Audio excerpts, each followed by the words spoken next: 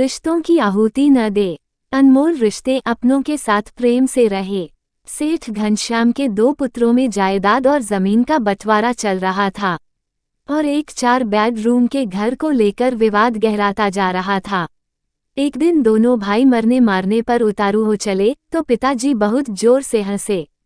पिताजी को हंसता देखकर दोनों भाई लड़ाई को भूल गए और पिताजी से हंसी का कारण पूछा। पिताजी ने कहा, इस छोटे से जमीन के टुकड़े के लिए इतना लड़ रहे हो? छोड़ो इसे, आओ मेरे साथ, एक अनमोल खजाना दिखता हूँ मैं तुम्हें। पिता घनश्याम जी और दोनों पुत्र पवन और मदन उनके साथ रवाना हुए। पिताजी ने कहा, देखो यदि तुम आपस में लड़े तो फिर मैं तुम्हें उस खजाने तक नहीं लेकर जाऊंगा और बीच रास्ते से ही लौटकर आ जाऊंगा। अब दोनों पुत्रों ने खजाने के चक्कर में एक समझौता किया कि चाहे कुछ भी हो जाए पर हम लड़ेंगे नहीं, प्रेम से यात्रा पे चलेंगे।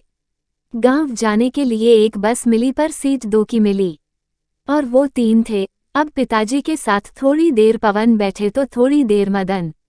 ऐसे चलते चलते लगभग 10 घंटे का सफर तय किया, तब गांव आया।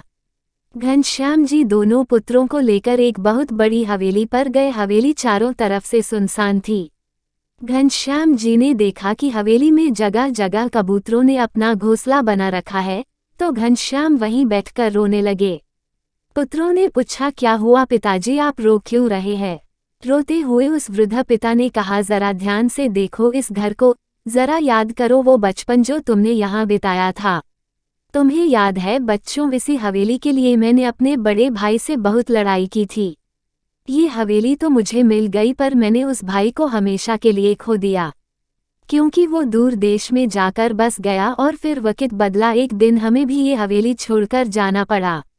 अच्छा तुम ये बताओ बेटा कि जिस सीट पर हम बैठकर आए थे क्या वो बस की सीट हमें मिल गई?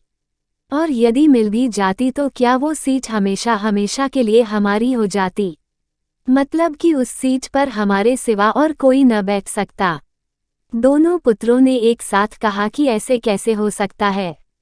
बस की यात्रा तो चलती रहती है और उस सीट पर सवारियां बदलती रहती है।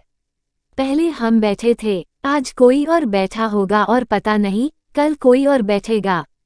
और वैसे भी उस सीट में क्या धरा है जो थोड़ी सी देर के लिए हमारी है? पिताजी पहले हंसे और फिर आंखों में आंसू भरकर बोले, देखो यही मैं तुम्हें समझा रहा हूँ कि जो थोड़ी देर के लिए जो तुम्हारा है, तुमसे पहले उसका मालिक कोई और था।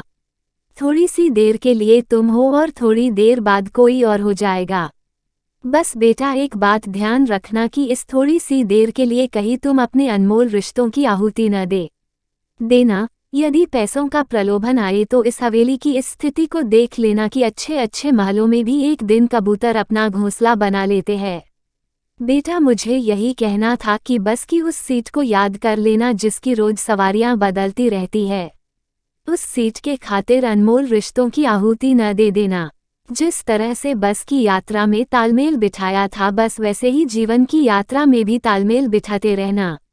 दोनों पुत्र पिताजी का अभिप्राय समझ गए और पिता के चरणों में गिरकर रोने लगे। शिक्षा मित्रों, जो कुछ भी ऐश्वर्य धन संपदा हमारे पास है वो सब कुछ बस थोड़ी देर के लिए ही है। थोड़ी थोड़ी देर में यात्री भी बदल जाते हैं और मालिक भी। रिश्ते बड़े अनमोल होते हैं। छोटे से ऐश्वर्य धन या संपदा के चक्कर में कहीं किसी अनमोल रिश्ते को न खो देना।